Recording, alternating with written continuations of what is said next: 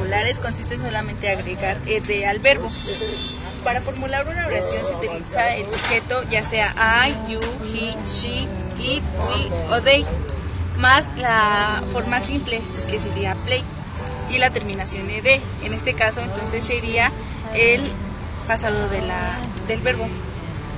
Para una oración negativa se utiliza el sujeto más el auxiliar didn't más la forma simple, que sería el verbo en presente.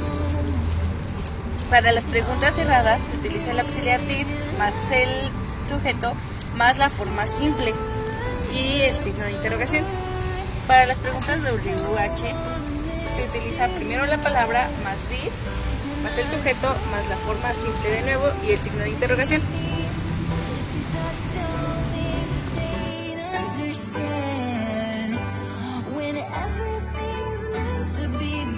De los verbos irregulares no solo se le agrega la terminación ed, ya que la palabra cambia por completo dependiendo si es en pasado simple o en pasado participio.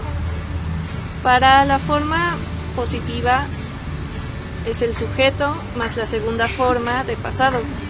Para el negativo es el sujeto más el auxiliar didn't más la forma positiva.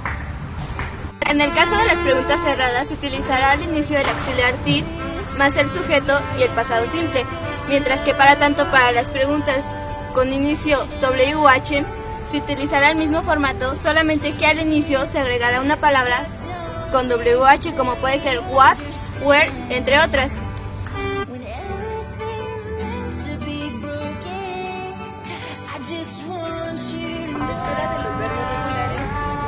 Solamente se aplicará la terminación ed, como lo vimos en smoke, que es como termina en e. En algunos verbos que terminan en e, solamente se le aplicará la letra d.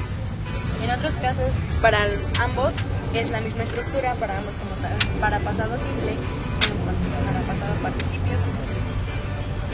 En otras, como son que terminan en y, si antes de ellas hay una consonante, se tendrá que cambiar la y por la i latina y aplicar la terminación ed. Para algunos frases como play, en algunos casos como play, que terminan antes una vocal, solamente se dejará la y y se le aplicará ed. Para el caso de los verbos irregulares, en algunos su estructura va a cambiar en los dos tiempos, en los dos pasados, que sería come, solamente aquí se le va a cambiar la o por la a, para que quede became, y en el otro solo se pondrá igual, como en presente, become. Eso no es para todos, ya que en algunos, como vemos en el caso de go, cambia en su totalidad la estructura, y por eso es como go, cambia totalmente su estructura. Como lo vemos aquí, en su primera forma de pasado es went, en su segunda forma es gone. En algunos casos, igual, puede quedar como forget, que solo se cambia una letra, o se le agrega otra, como aquí lo vemos también, ¿ven? Que se le pone la T en vez de la D. En algunos verbos sí se tendrá que poner la palabra igual como es en presente, como lo vemos en could, que es could para ambas formas. En otros que solamente se les agrega una letra de más o se les cambia una de ellas, como en no, y solamente aquí se le pondría la E y aquí se le agregaría una N.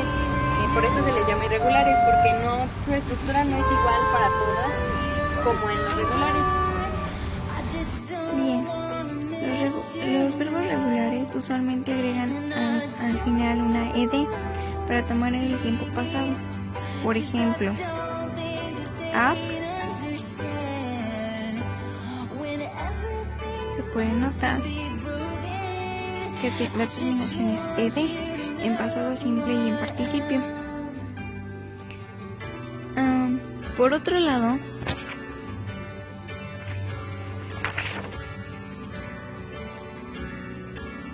los irregulares cambia totalmente su forma de pasado, es decir, se puede notar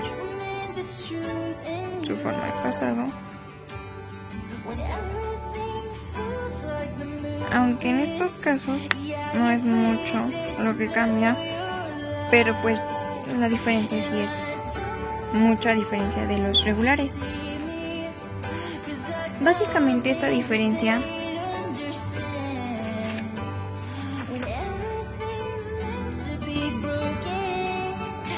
just want you